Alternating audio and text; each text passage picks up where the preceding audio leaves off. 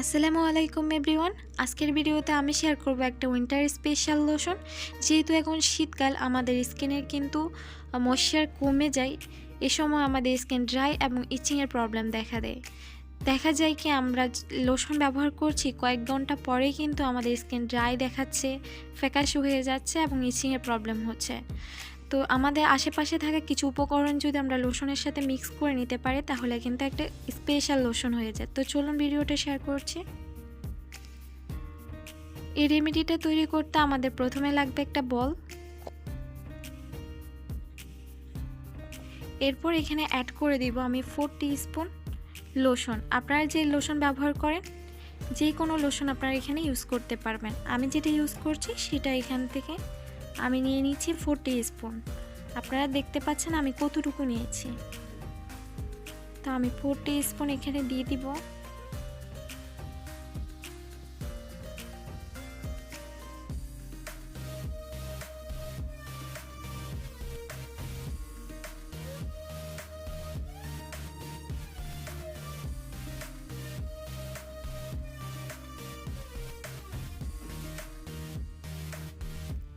তো আমি নিয়ে নিয়েছি 4 টিস্পুন এখানে। এরপর এখানে অ্যাড করে নেব বাদাম তেল। আপনাদের কাছে যদি অলিভ অয়েল থাকে আপনারা সেক্ষেত্রে সেটাও ইউজ করতে পারবেন, আবার যদি নারকেল তেল থাকে সেটাও ইউজ করতে পারবেন। তো আমি এখানে আলমন্ড অয়েল নিয়ে নিচ্ছি অল্প পরিমাণে।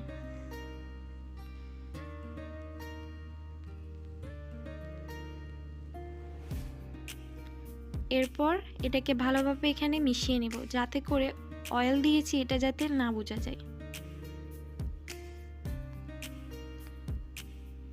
এই রেমেডিটাতে লোশনের পরিমাণ বেশি হবে, আর বাকি যে উপকরণগুলো দিব সেগুলো হালকা অল্প পরিমাণে নিলেই হবে।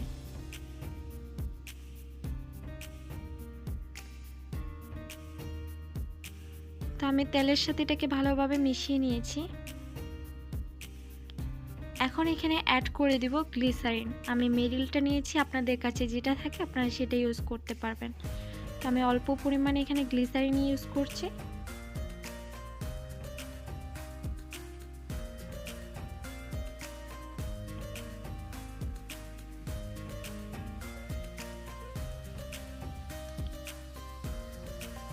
এখন এটাকেও ভালোভাবে মিশিয়ে নিব।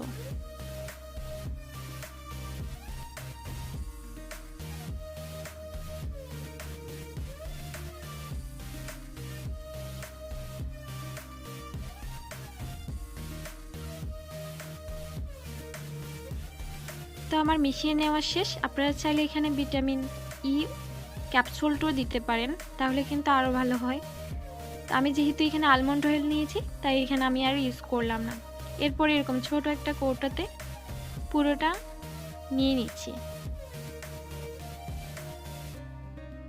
আপনারা চাইলেও বেশি পরিমাণে করে নিতে পারেন পুরো শীতের জন্য, এটা কিন্তু আসলে উপকারী। তো আমি নিয়ে নিয়েছি পুরোটা, এখন ঢাকনাটা লাগিয়ে নেব। এটা আপনারা ফ্রিজেও রাখতে পারেন অথবা নর্মালও রাখতে পারেন, কোনো অসুবিধা নেই।